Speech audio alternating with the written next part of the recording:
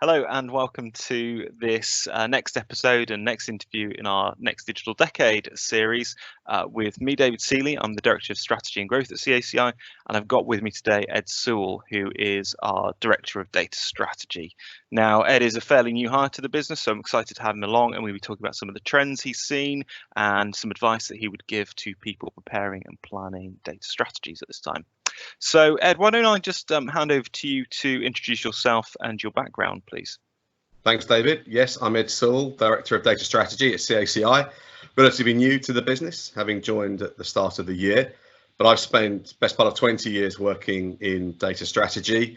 My career has spanned roles at agencies within large corporates such as RBS, British Airways, Telegraph Group.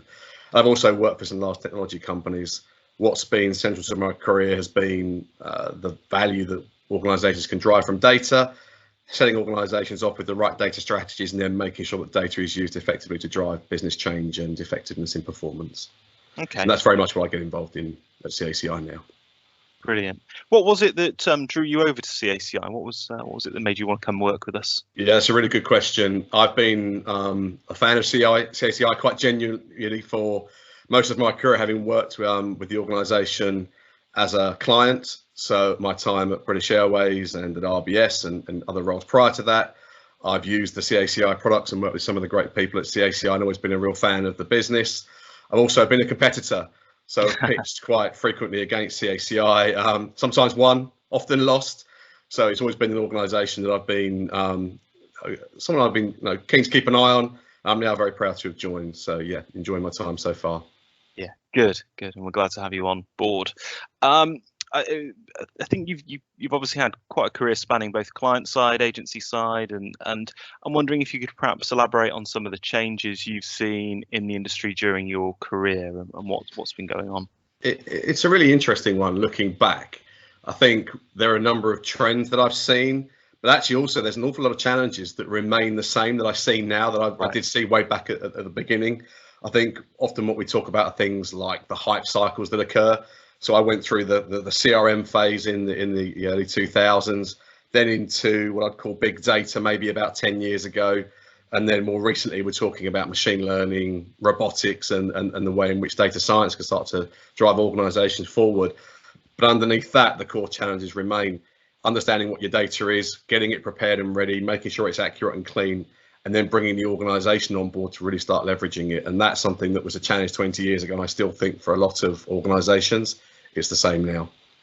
Yeah, absolutely. And have there been like these trends you talked about then in the hype cycle, so CRM, big data, AI and robotics? Have there been any of those that have really delivered business transformation, or have they all come up a bit short of what was promised? I think they all have at different stages. I think you'd be hard pressed to find an organisation that really hasn't moved forward over the last 10, 20 years and has delivered benefit from using data. I think particularly around the way in which digital CRM has evolved and the way in which technology has been adopted. We've seen some great platforms, and obviously that's a really dynamic part of the industry. New technology is always emerging. There are certainly challenges about organisations rushing to technology before they've really set out their business objectives and thought about what that technology is going to do for them. But I would see in all of those areas that data is significantly adding value to the way in which organisations work.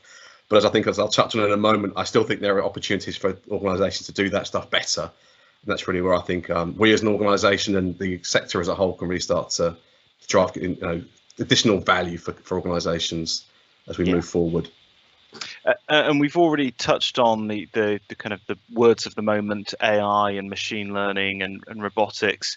But perhaps you can just touch on some of that a bit, and perhaps you could express when you're going out to meetings, you're talking to your peers in the industry, what is it that people are getting excited about at the moment? What is it that they are really kind of hyped up about and wanting to get involved with?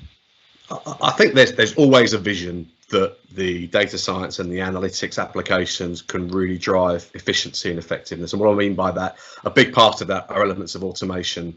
So we work very closely with a number of the leading technology platforms, and our clients are really keen to get those embedded in their organizations. I think where people are now starting to see potential is for algorithms and the automation of data insight start really making those technology platforms really work. I'm thinking about the application of CDPs, the customer data platforms that can ingest data from multiple sources, and suddenly you've got a rich pool of potential that you can leverage to really make your marketing and operational performance improve. But I think what organizations are starting to buy into is the vision that data science and the application of analytics can really become the beating heart of those applications. Things like next best action, helping and automating processes. So rather than having a human involvement or interaction to make an offer or put a treatment in front of a client or a consumer, that can be very much done automatically, and that will drive real value from the technology and start to drive real value to the bottom line of an organization.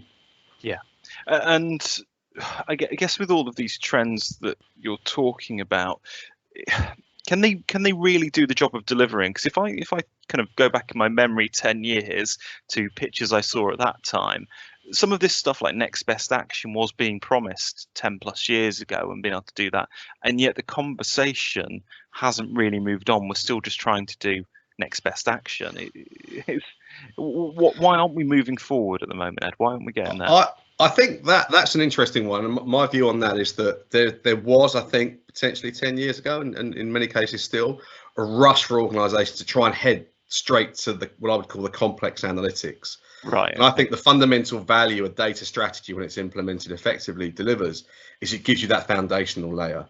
And maybe we'll touch on some of the slides I've put together to kind of describe this. But I think what's important is that you get some of those fundamentals right. And I'm talking about things like data quality, getting the data accuracy up and solid. You can't run good analytics and the clever stuff if the information that's powering it is fundamentally flawed. I think there's a huge element of organizational buy-in. So ensuring that the organization as a whole understands what a data culture looks like and ensure that's set up. And then there are various stages that we go along to ensure that there's maturity across people, process, technology. And once you've got some of those building blocks in place, that analytics stuff can really start to fly. I think a rush to the complex stuff has sometimes held organizations back because it hasn't worked first time around and it's put a lot of people off. Our job, I think, as practitioners is to take our clients and take the industry on a journey so that things are done in a proper way with proper foundations, and then the value becomes really tangible and delivered quickly at the end of that process. Yeah. Are people not doing those things? Are they rushing towards the more exciting stuff because it's more exciting and some of those foundational elements are seen as being a bit boring or just too hard work, and we're trying to rush to value too quickly? I think that there's some of that. There's obviously the pressure in any organisation, whether it's commercial, public sector, to deliver performance and deliver results. And analytics can deliver huge value, and it will deliver huge value. But I think I see where I've seen the implementation of data strategies or any of this kind of complex change fail has been where there hasn't been those principles of good change management, good quality control at the start, thinking about process and structure. And whilst it may not be the really sexy stuff, it's often the really important stuff that when it does work, when I've seen it work and we see it with our own clients, when you get that piece of the jigsaw puzzle right, you can build upon it, and then the real value can start to be delivered. Right. Okay. Good. Just it's maybe worth us dipping into those slides that you've referenced there. So the kind of the question I wanted to ask next is, what advice would you give to someone who is planning to deliver a data strategy, and perhaps this is the time to kind of click into some of those slides of what that looks like. I think if we drop into my second slide on that list. Yeah, this one. If we drop to the next one. Okay. Yep. Yeah, I think one of the things we need to be very cognizant of when organisations, when we're advising around data strategies, is why are you doing this? What is this actually going to do for your organisation? Because we've all seen organisations and been involved in projects where we started a large transformation or change process, but actually the measures and the success measures haven't been well defined at the start. So I think there are 6 principal elements that a good data strategy will deliver for an organisation, and things that you need to get right at the start. So, for example, one of the core things is thinking about the policies, the people, the process, and the technology. What I mean by that is that when you set up a data strategy, a level of governance comes innately within it, and there are rules that people have to set up. You have to give yourself a discipline that you're going to adhere to. People need to be empowered to make decisions, but you also have to involve the right people within an organisation. That then turns into process. How are people going to operate and work around that data to make it really a viable asset for the organization? And obviously a lot of that is underpinned by technology. So I think getting yourself set up structurally at the start of a data strategy is absolutely vital. But if we sort of cascade through the different sections on the slide, Yeah. I always think that the next piece that becomes important is around data quality. Getting your data accurate, getting it complete, getting it consistent, and making it available. Really important, because having a vision of what you want to deliver is great, but the fundamental truth is that unless you have the data in a viable state and you can access it, none of this stuff is going to work. Mm-hmm. What I then think on is that once you've got that information correct, you've now got your people set up, you've got your organization ready, you've got your data in a good shape. Thinking about decision making is the next step, because data ultimately is an asset that allows you as an organization to make better decisions, to understand what's going on. And when you're faced with a choice or faced with a decision that has to be made, you know what the right one is because the data informs you how to do it. Management information and business intelligence, the early stages of analytics, are a vital step in getting your data strategy off the ground, because it builds confidence. And once you've got an ability to make better decisions, you'll start to see the benefit as an organization. Ed, just to come through on the first 3 points you've covered here, is this stuff getting easier or harder at the moment? So I'm thinking it could be easier because technology is more of an enabler. There are more people in the market who do this type of work, but harder because there's more of a focus on governance and GDPR, etc. Is it, or has it just been the same? Are these things? Oh, no, I think that's a very good point. I think there's challenges in this because there is frankly more data. There are typically more systems that are involved in this process, and data is certainly a lot more diverse. So if I think back even 10 years when there were sort of nascent digital platforms and your typical single customer view, there were fewer channels, fewer sources of data, and data was a little bit more structured and sometimes easier to manipulate and to manage. Obviously, with the digitization of the economy and with organizations, data is a lot more dynamic. There's more out there. So getting control of it is I think is a bigger challenge than it ever has been. But on the other hand, the positives are there are now some great tools out there that allow you to accomplish that challenge and to deliver upon it. And I think people are much more experienced now. We have a lot of people in the industry, both in the UK and beyond, who have now seen their careers start and develop with data being a core part of their role and their function. So whilst the challenges might be greater, I think the technology and the people and the expertise is out there to make these challenges slightly more easier to accomplish. Yeah. Okay, good. Sorry, I cut through you there because I wanted to just ask that point and get that question over. I'll let you carry on with the fourth one, the pink circle here. Sure. So I think if you think about the first three on the slide being the foundations in getting you set up structurally, getting your data in a good shape and starting to make some good decisions, then I think we're at the position that from a data strategy perspective, we can start to deliver what I think the real value creating elements are. So actionable insight and innovation that drives change are critical for me from a strategy perspective. The ability to deliver insight that you can do something with and had the ability to drive innovation in your business is critical. And that data should always, when it's being used effectively, drive change. You should be able to improve and do things better. You're making better decisions. You're improving your marketing performance. You're learning about what's not working and stopping that. And you're putting your bets onto the areas that you know or you think you have a high chance of working. You're prepared to fail, but you're constantly at a phase where data is informing your decisions and you're improving over time.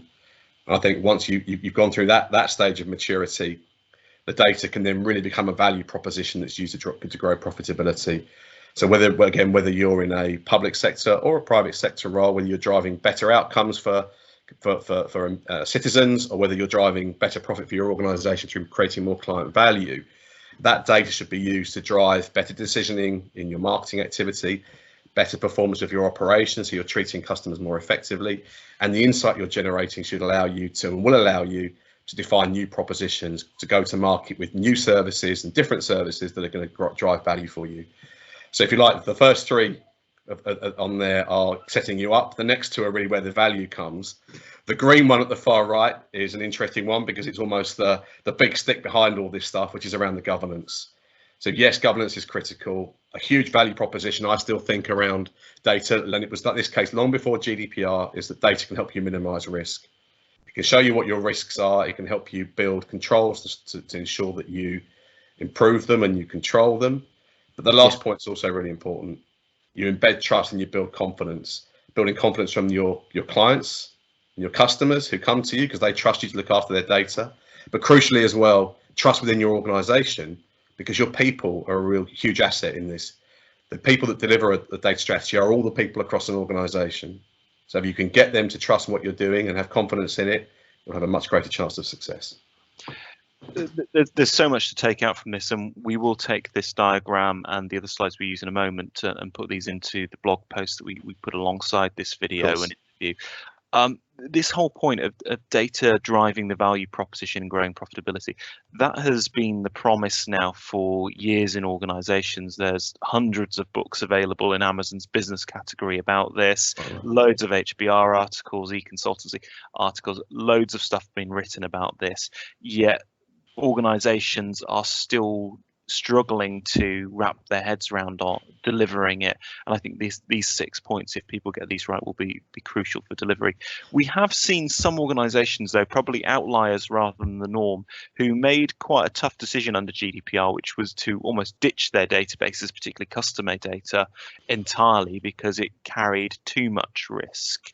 And I guess in doing that, there is a view from those organizations that there was no value to be found in the data, or that the gains to be had from customer data particularly were only marginal and therefore not worth the risk of holding on to customer data. What's your view on that type of business? I think that I fully understand and respect the decision that some organizations made. I think in the run up to GDPR, there were a lot of concerns, quite rightly, and some of the potential risk of breaching are significant. But I think longer term, and I won't quote numbers from people like Gartner or Forrester, because I think that we all know that what the promises are. But I think we've all seen is that the organisations that are able to understand their customers, understand the insight that their customers provide for them, and act upon it, are always much more successful and drive value. I think the organisations that took a blanket approach of culling their customer database actually diminished a significant asset for them. Yeah. I think with the right guidance, the right expertise, and a pragmatic approach, you can control that risk but not lose the opportunity that data provides organizations. So you'd expect me to say, as someone who's in the data industry and is passionate about this stuff, that I think maintaining your data is an important step. I think if you did consider that as a worthwhile step, maybe a year or two ago, it'd be worth revisiting it, because I think there are plenty of organisations that are showing that maintaining your data, looking after it and being a good custodian, but leveraging value from it is a right step. And I think I would encourage any organisation out there to review any decision that was taken at that time, because I think there are ways that we can drive value and maintain control of risk at the same time. Yeah, absolutely. We've learned so much since then. Should we press on to your next? Yeah, absolutely. So the next slide really is, okay, so we understand the concepts of why we're doing the data strategy from the 6 points on the previous slide. There are other elements, and for every organisation there will be different flavours of what's important. But I think for me, it always comes down to 3 core pillars when you're considering why a data strategy is important. And I use this model. There are others out there that are just as strong, but I think this captures it relatively simply. And there are three pillars: effectiveness. How do I sell more? How do I make more money? How do I do things better than I am today? That's critical. So as an organisation, CACI have been experts in the market for helping our clients improve their marketing performance, and we do that by enhancing and understanding the data that a client has, optimising it, and helping them make better decisions. That's an obvious one. I think efficiency is often underplayed. If effectiveness is making us money, efficiency is making us lean and cost controlled. And a good example that we help a lot of clients with, and I've seen this work incredibly effectively, is thinking about things like channel optimization. Once your data strategy is in place, you can self-determine, you've got the data, you know what works, you know what doesn't work, and you can start to push clients and customers through the correct channel. That can reduce your cost, and suddenly your data is delivering real benefit to the bottom line. You'll be more effective, but you're also more efficient. And then that last one is that big stick again, which is that oversight piece. If you put the data strategy in effectively, you will have oversight of your data, you will control risk, and then there are value propositions that you can develop. So an area that we're particularly focusing on at the moment is about vulnerability. It's obviously critical in the current environment and in the world we live in today, But that's an important point about how we make sure that customers who might be at risk of being missold to or not looked after correctly are identified and given the right care and attention. And there's been some nice use cases with that recently, where a utilities client of ours, they are identifying vulnerable customers and then fast tracking their calls through to the call center straight away, so they're not on waiting for call centers. And also for supermarket chains to be able to identify vulnerable customers and then ensure that delivery slots are made available for those most at risk or Absolutely right. least able to get out and join a queue at a supermarket. I also think these 2 points around effectiveness and efficiency are particularly important right now, as we see a lot of our clients are furloughing staff, or teams are being asked to do a lot more with less to help keep businesses afloat right now. And I guess your argument is that data helps in these three areas. I think that's an incredibly good point. And I think I would agree that some of the clients we've been working with, other organisations, I'm sure we've seen, and that people viewing this video will have examples they can think of straight away, where organisations that are able to respond quickly, and particularly at a time of real challenge and change like now, are those that have oversight and mastery of their data. So, I mean, a good example I can pick up from the last week is the Halifax, the bank. My wife's an NHS nurse, and the quality of communications that we've been getting through from them around support they're offering to NHS staff is fantastic. They've sent some really great information through to us, but that's all been predicated on their ability to identify through their bank account data that my wife is paid every month by the National Health Service. So they've got access to their data. They pinpointed, using their own oversight and data, some important trends and some important market segments. They've efficiently communicated to my wife around how she can engage with them.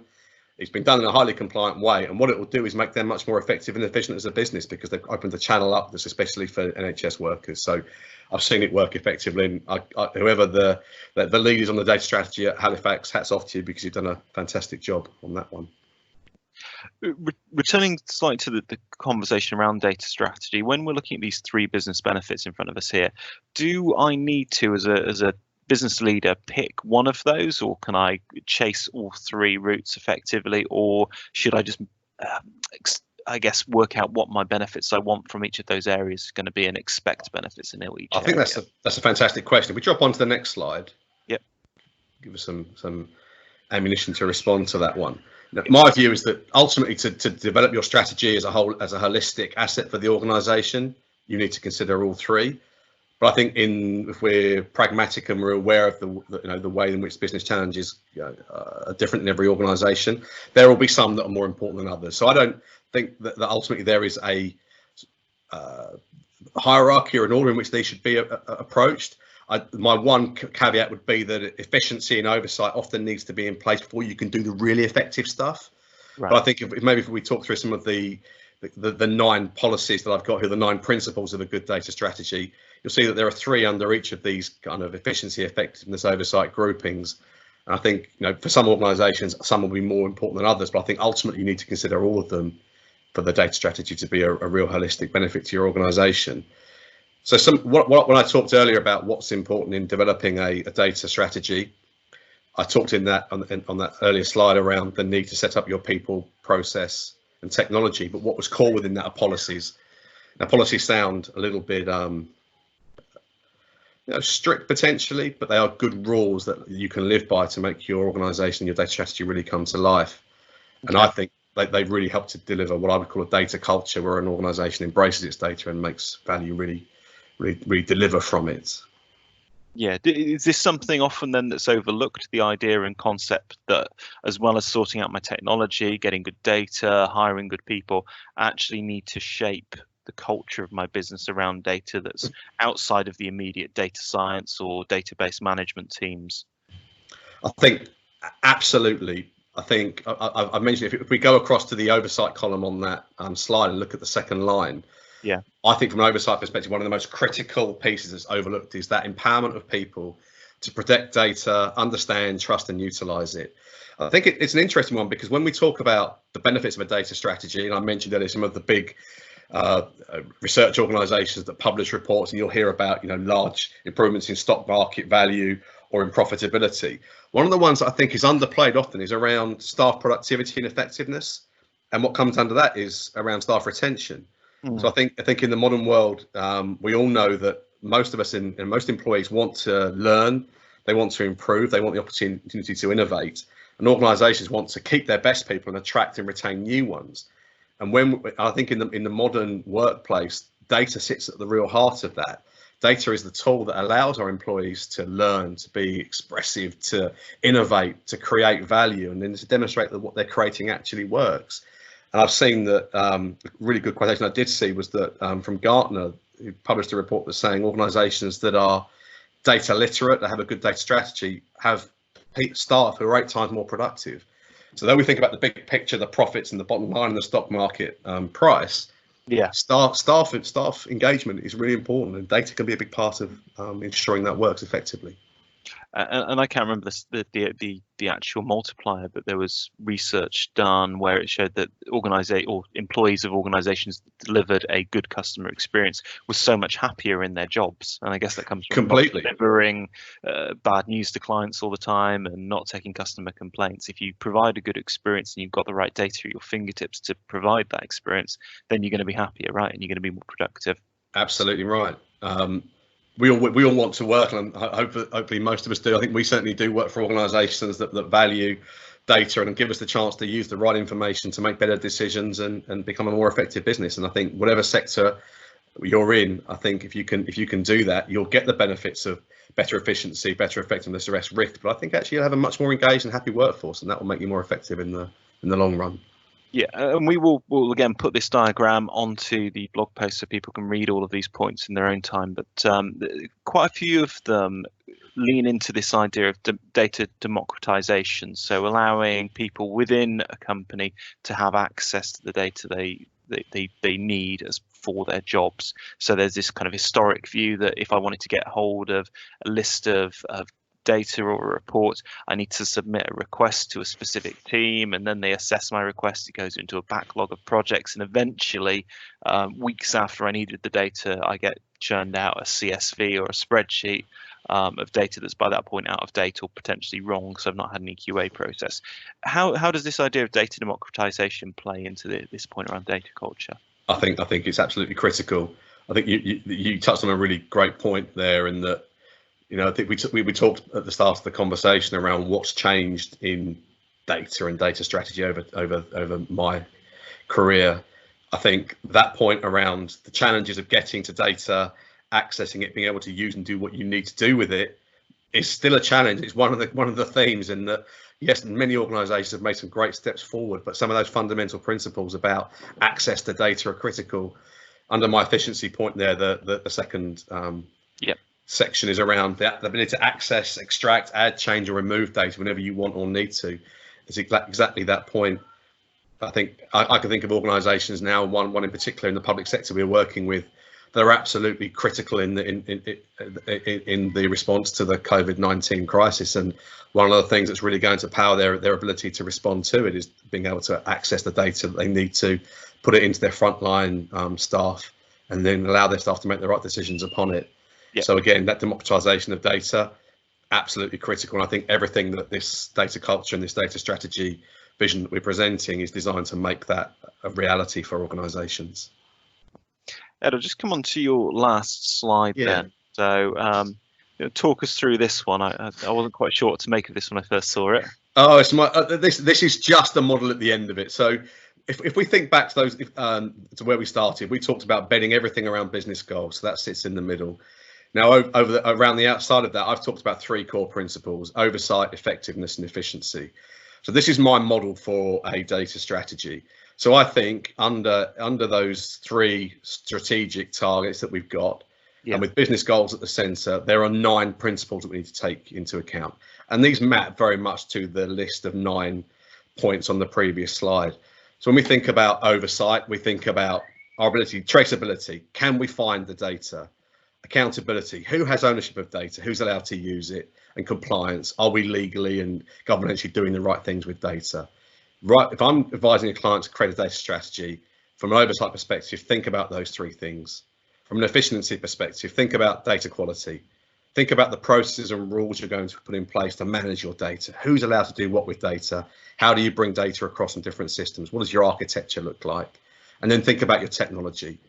None of this data vision will work if the technology is not right. But is your technology lean? Is it fit for purpose? Have you got too much? Do you not have enough? What are the gaps? Yeah. You get those 3 points right, you're efficient.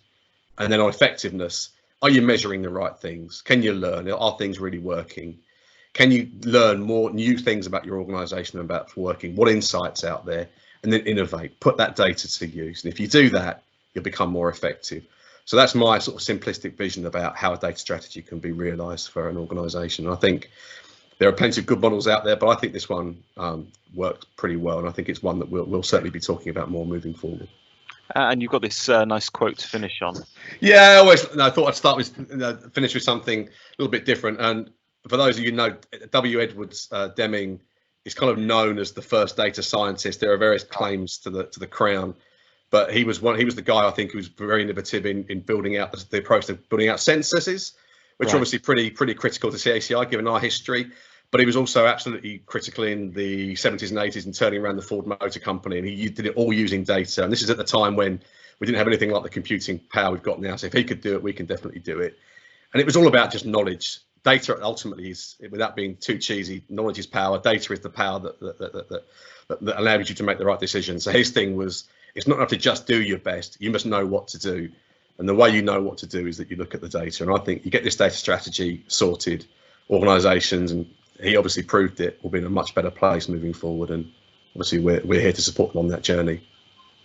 Thanks, Ed. And he's also another Edward as well. Which he is as well. Yeah, absolutely. Yeah, that always helps. Why he gets the shout out.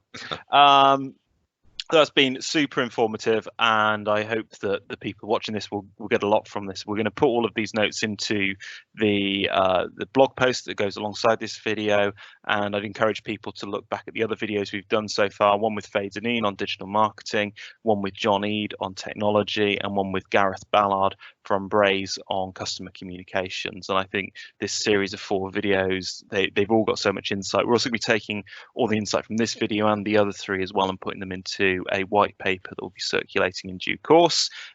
So Ed, thanks very much for taking us through that. It's been really, really helpful. Good to speak, David. Thanks for your time. Cheers. Thank you. Take care.